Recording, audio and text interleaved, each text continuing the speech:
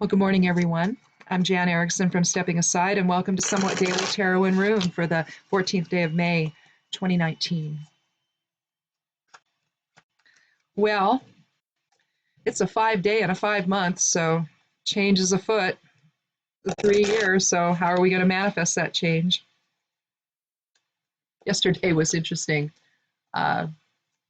We had a very nice reading until I drew Rubius. Let's see, we had the Three of Cups, the Eight of Pentacles, the King of Wands, Death. We have some transformation, a new direction, and then Thurisaz was breaking through. And then I drew Rubius. I've been doing that. I've been doing a geomancy rune at the end, and try to introduce people to that other type of divination that's available to people if you are so inclined to do such things. I like it. It's just interesting. But it's hundreds of years old or better, so it's just a lot of fun. I like it. So I did that, and I threw the 4 runes, the 4 glyphs, elemental glyphs, and it came up with Rubius. So hopefully it's just about passion. But I said, it kind of felt like maybe an outlier. So if it is, then we'll just keep it in mind. There could be something afoot that's trying to throw a wrench into everything and disturb everything, our new direction. But I don't think so. But it just was so unlike the rest of the reading that I don't know. We just might want to keep that in mind. So anyhow, if this is your first time here, welcome. And if you're coming back, thank you so much. Click subscribe. I'd love you to do that if you haven't. I got a couple of the posts up on the blog over at imsteppingaside.com. And I did the Hermetic Tarot reading I was talking about. Oh, that is such a cool deck. And I've been looking at the Paulina deck I just bought as well. And every so often I'll buy a new deck or a couple new decks to look at. And the Paulina one is very interesting. It's very ethereal. And it really draws me in. So I'm excited about that one as well. But that one's kind of hard. I showed you guys yesterday what one of the cards looks like. And it's very difficult to see in the dark. So I probably won't be using it here. You might just watch for it on the blog. I'll let you know when I do one on it. I do a reading with it. I also did the Moon in Libra post. And I talked about an interesting yod between... if you want to check that out, between the moon is the focal point of it, but it's with Venus and Black Moon Lilith. So anytime Lilith is involved, it's like, oh, hi. It's talking about the wild aspect within. So it's pretty interesting. Anyhow, if you're interested in that, it's a little more than just an astrological thing. There's a section on magical workings, and so it's really geared more toward with the information in the chart information section. It's really more geared toward work and magic. So if you're a witch and you want to just check in on that, you can see what elements are strongest right now, and whatever it is you use in your magic when you're using correspondences to figure out what you're going to do and how you're going to shore everything up. So some of it is geared toward that. So it's not just your traditional Moon in Libra post, so, although that's what it's called. I've been playing around with different titles, so I just don't know. I haven't really settled on one. I had Moon Magic for a while, and so like it would be Libra Moon Magic or something, and that just didn't feel right either. So I just bare bones it as like Libra Moon and the date that it covers. So anyhow, but let's get started with today's cards.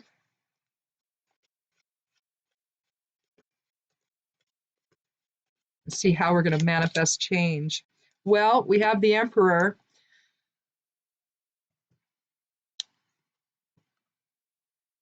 So we're talking 4, that's structure, that's foundation. I know he'd like to think he's the foundation of everything, but he can't even look you directly in the eye. He's looking kind of a little bit askew or askance. You see the rams, the four rams on the edges of his throne. The emperor denotes strength and authority. He doesn't look you in the eye, though, and that bothers me. And with some cards, they show him looking back at what would be the empress, who is the actual, provides the real structure of humanity, is the empress. But given that she gives birth to the world.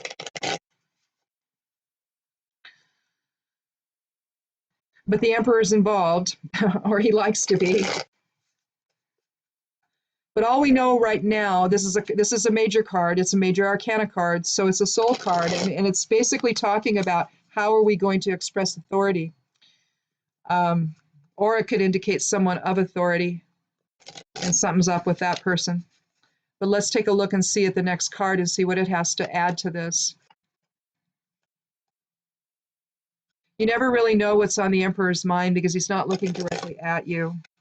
So you kind of need some other cards to figure some of that out, so you can't really do a one-card reading. You could go, oh my God, I need to be afraid. But on the other hand, you could go, oh, well, that's my savior. It just depends. If you look at this as a man, you need to, that maybe is someone in authority. But if you're not, in other words, if you take it like a court card. Let's do another card.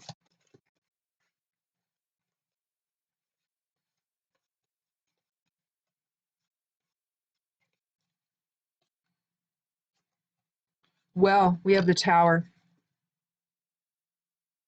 So, okay, the Tower is the 16th card of the major arcana, and so numerologically, that's going to be a 7.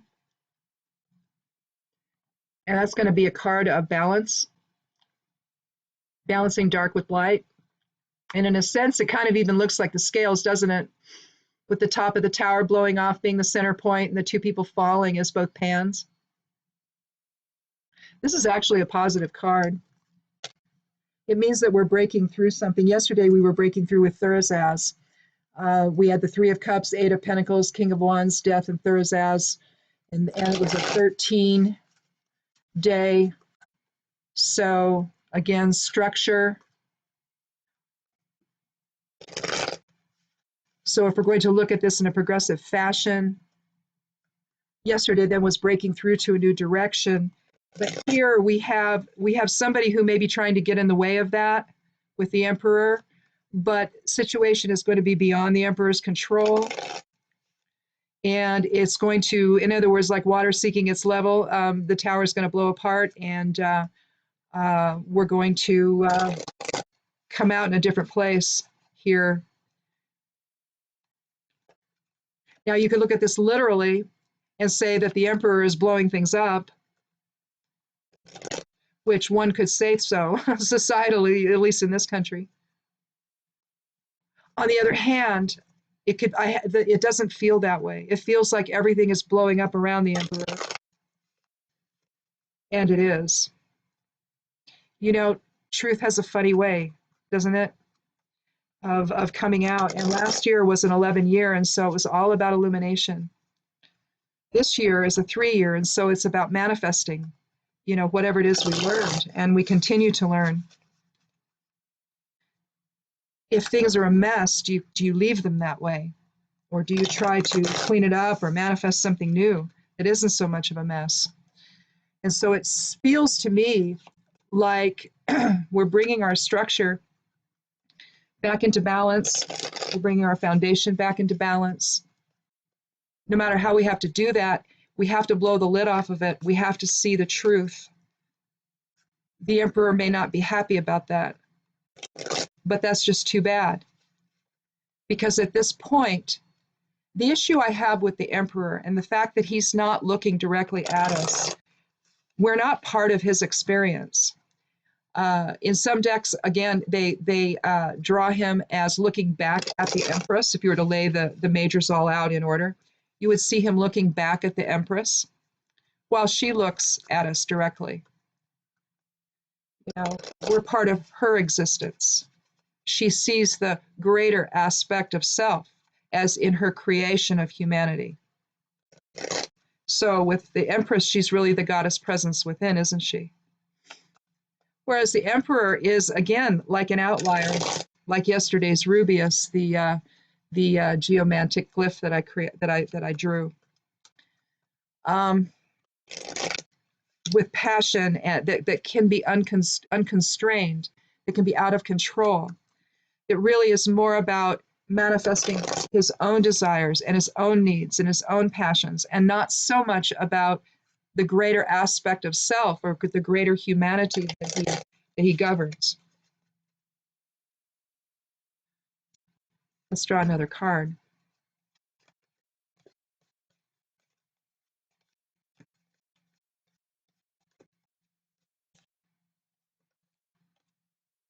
The Queen of Swords. I'll do a fourth card. Queen of Swords looks to the future. You can see the X down there toward the bottom of her throne. You see the butterfly below that. The X is symbolic of balanced energy exchange.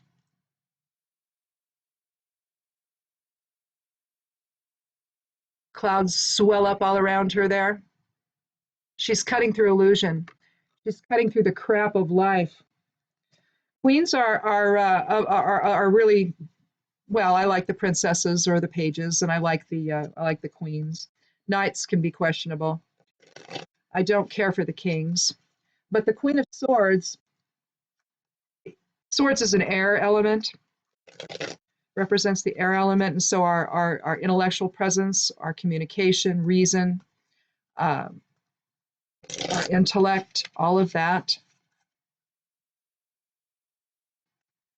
But basically what I think has happened is the Emperor's gotten out of control, and now we have to blow the lid off the tower so that we can reveal the truth of all of it.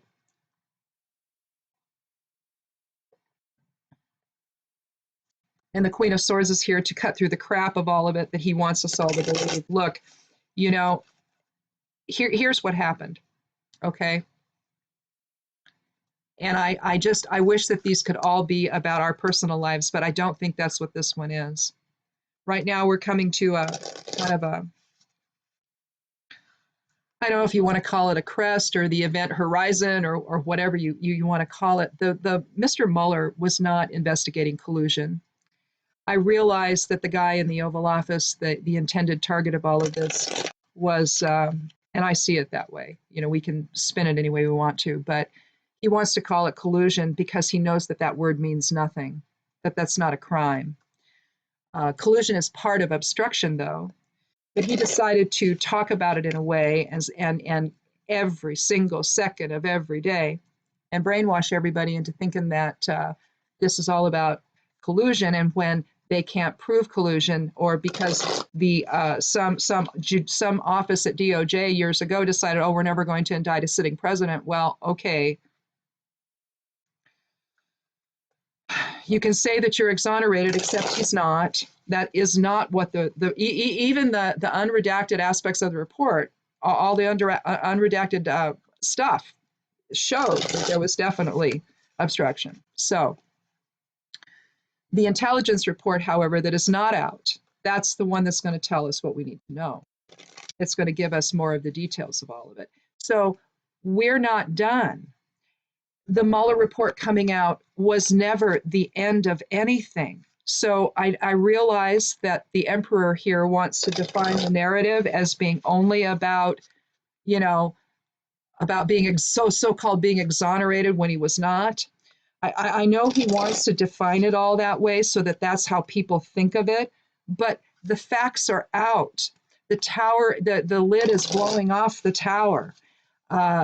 The light of truth is striking the tower, and it's illuminating everything for everyone to see, to bring things back into balance, to bring things back into justice, into fairness, into understanding, so that we know what's going on. The Queen shows up, and she's just ready to cut through the crap of all of it and say, look, folks, you know, you're being conned here.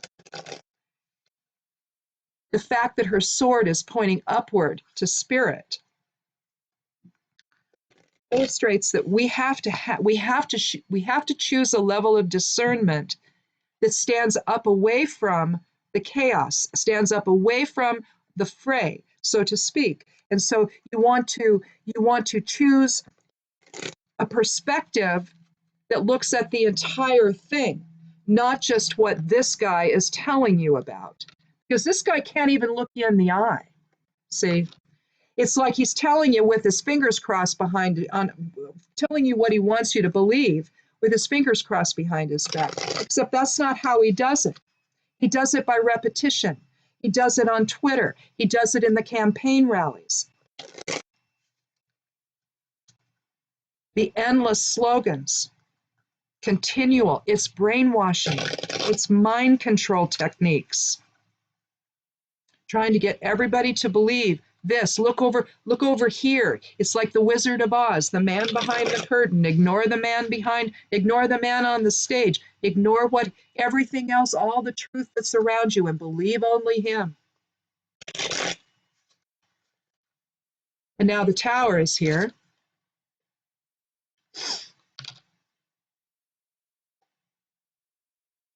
Saying not so fast. Let's let all this settle. When the dust settles, let's see what we really have here.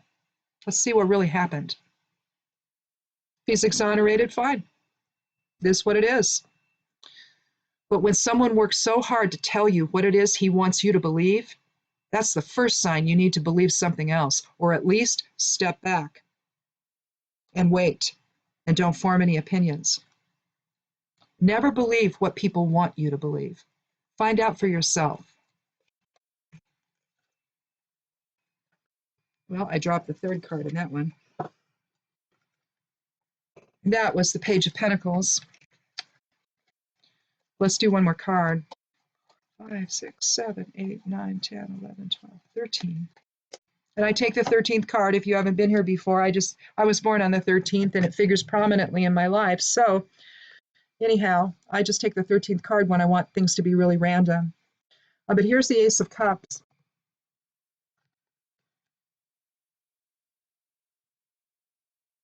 You see the Dove of Peace? It's almost like it's dropping the Rosicrucian cross into the chalice. The waters of life pouring forth as the hand reaches out from the clouds of spirit. It's the beginnings of our emotional presence.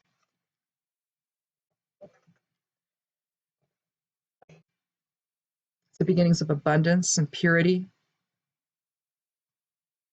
The beginnings of love.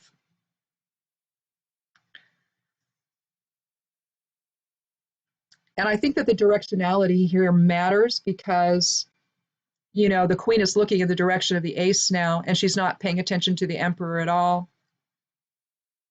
If you want to look at the Queen of Swords as aligning with the card of Justice, you could do that. That's the 11th card of the, I believe it's the 11th card, yes, of the Major Arcana.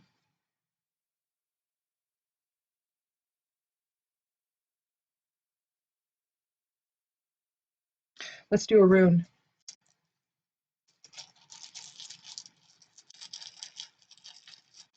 So I think that some things are going to be revealed about an authority figure in our lives, either ourselves or in the case of the guy in the Oval Office, him. That's the most obvious of this reading.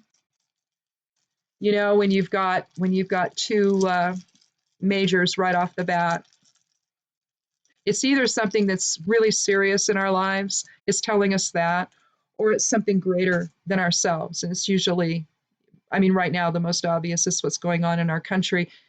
Here we have Euro, which is balanced energy exchange.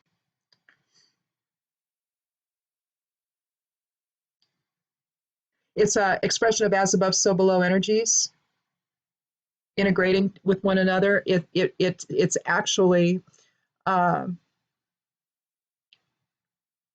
it's the 12th rune of the Elder Futhark, and so it's a 3 energy. It's an earth energy rune.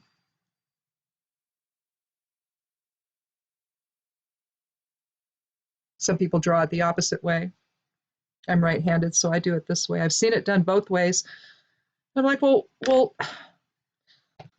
okay. So some room people are going, yeah, that's not how I draw it. Well,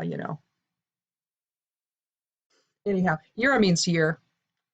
And so we're talking about cycles. Um, the only real cycle here is the whole presidential cycle if we're talking about what's happening in our government. So the cycle is going to end, and hopefully we'll have a different president there, and we can maybe rebuild what has been taken and destroyed. Um, the emperor, what always strikes me about most expressions of the emperor card, it doesn't really matter what deck it's in. Um, Not the pagan ones or the Celtic ones, the earth-oriented ones, not those. But most of your decks that mirror after the Rider-Waite. I think that the Emperor always strikes me as being someone that's not approachable and someone who's alone. And you can say, oh, well, he wears the burden of the crown, he wears the burden of of taking care of everybody. But I don't feel it's the king that does that. I feel it's the queen or the empress in the case of the major arcana. I don't feel it's the emperor at all. I think the emperor takes care of the emperor. And I think that although there are times in life when you have to do that, I think that all too often we forget that when we see the other, we're actually seeing a brother or the other side of self. And I think that the emperor introduces that idea into the mix, that we may encounter people that we want to stay separate from, that we want to stay apart from, that we want to be removed from. And we have to remember that that can't happen here. It can't happen at all, period, because we're all one in this in the creator. We're all the creator manifested in a form. And so for the emperor then to sort of pull inward and have it be all about him and his own importance. I suppose if you had somebody who was very intelligent, who could see the bigger picture of things, who could understand things, but our guy doesn't even understand what tariffs are. He thinks that the American people won't pay that. He thinks China's paying it. It's a joke. It's not even true. So it's like these big sweeping changes affect our country, and this guy doesn't even seem to understand what he's doing. He talks about it in ways that the rest of the people who actually know about these things go, what did he just say? So I read something yesterday that it's not the arrogance, it's not even whatever's wrong up here, it's or allegedly wrong up there, it's the stupidity, it's the ignorance that's going to hurt us the most. Him making decisions based on these beliefs that don't have any basis in fact. There's a lot of that going on. And so I can understand why then the tower would show up. We've got to blow the lid off all of it. We've got to see the truth. We've got to let things fall where they go, settle out where they are, let the truth be what it is. And then we have the queen that comes in and says, we're going to cut through all the crap and we're going to come back to balance. She's the spiritual warrior within. She aligns with both the Justice card and also Tiwaz, the 17th rune of the Elder Futhark. She aligns with that. Maybe a little with Birkenau as well, because she's in her effort to cut through the crap of life. Basically, what she's doing is she's trying to bring to get all the ridiculous stuff out of the way so that we can all move forward together into something that makes more sense, that's more reasonable, that's based on justice. And then we had the Ace of Cups, where with that card, we're talking about, where are we going here? Well, maybe we're going to a more compassionate place where we understand that we are all one together. You see, if you count here, you see 5 streams of water, don't you? Pouring down into the pool there with lilies growing.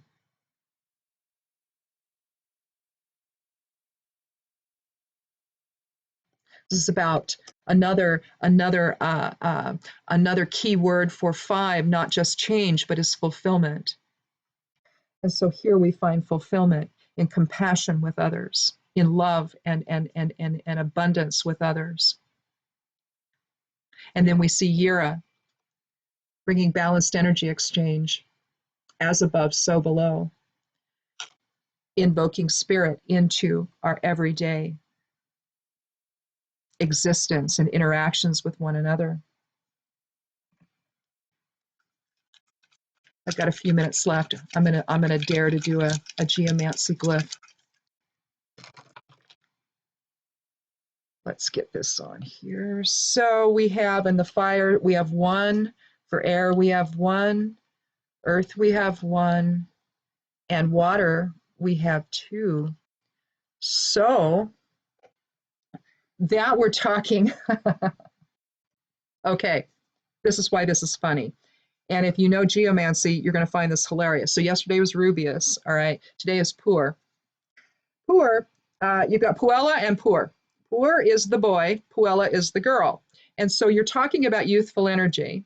So perhaps Rubius, the passionate energy, is starting to dissipate a little bit with a little bit of impulse control energy. And that's how I interpret Pur is we're talking about youthful energy that maybe is still a little bit, Marsy, but a young Mars, maybe a 2-year-old Mars or a 3-year-old Mars who's being a little willful, but still having fun and experiencing life and that, but maybe lacking a little impulse control. So I think it's just saying, what, we've still got a little bit of that passion and energy going, and maybe we just want to tamp that down a little bit. I'm going to draw that for you here so you see what that looks like.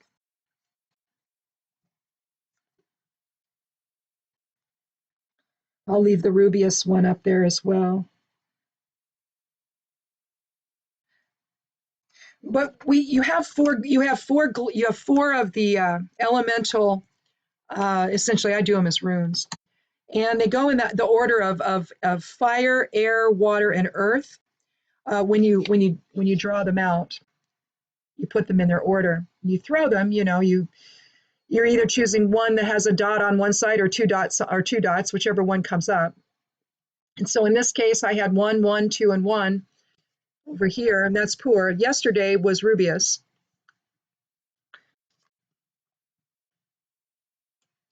But I think we're starting to maybe see perhaps yesterday's Rubius energy was in fact something just to get things going. Probably resulting in this. We saw the thing again, I just want to drive home the issue of the emperor here. When you have somebody that decides for everybody what it is they're supposed to think about things, it's very convenient, isn't it? Especially if there's a whole bunch of people going, not so fast. That is not what's going on.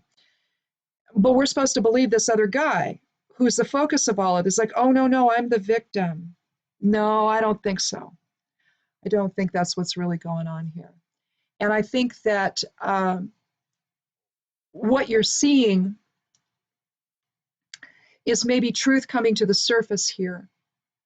So the energy yesterday of Rubius, the passion to maybe get the truth out. There was an article that came out about his taxes from earlier years. I think it ended in 94 or something maybe, or maybe it began then. I'm not sure, but it was over a series of years, and it really showed that he's not a good businessman, that all that he told everybody what he wanted them to hear, but again, he cannot look you in the eye. And then he started reciting that one, I don't know if it's a poem or a song or whatever, about the snake. You knew who I was, all of that. And he had to be told not to do that anymore because it was copyright infringement or something. He thinks he owns everything. He can just take whatever. It all is for him. Never going to go golfing, right? He's there every weekend.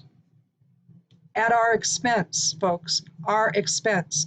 He's living on the taxpayers' money, our expense. And for what? He can't look you in the eye. He cannot tell you the truth, because if he does, then it's game over. So I think that with the tower, whatever's happening here, if this is what's happening in our government, it's what's happening in our country, or if it's happening in our personal lives, there's something about something in authority where it's not been real and it's not been true. And it's been we've been sold a bill of goods, essentially. It's been a con. And now all of that's being taken away, and truth is going to be revealed here. And we can get back to the balanced energy exchange that needs to happen if we are to progress in our lives together. Because this is not about individuals living apart from one another. We live together.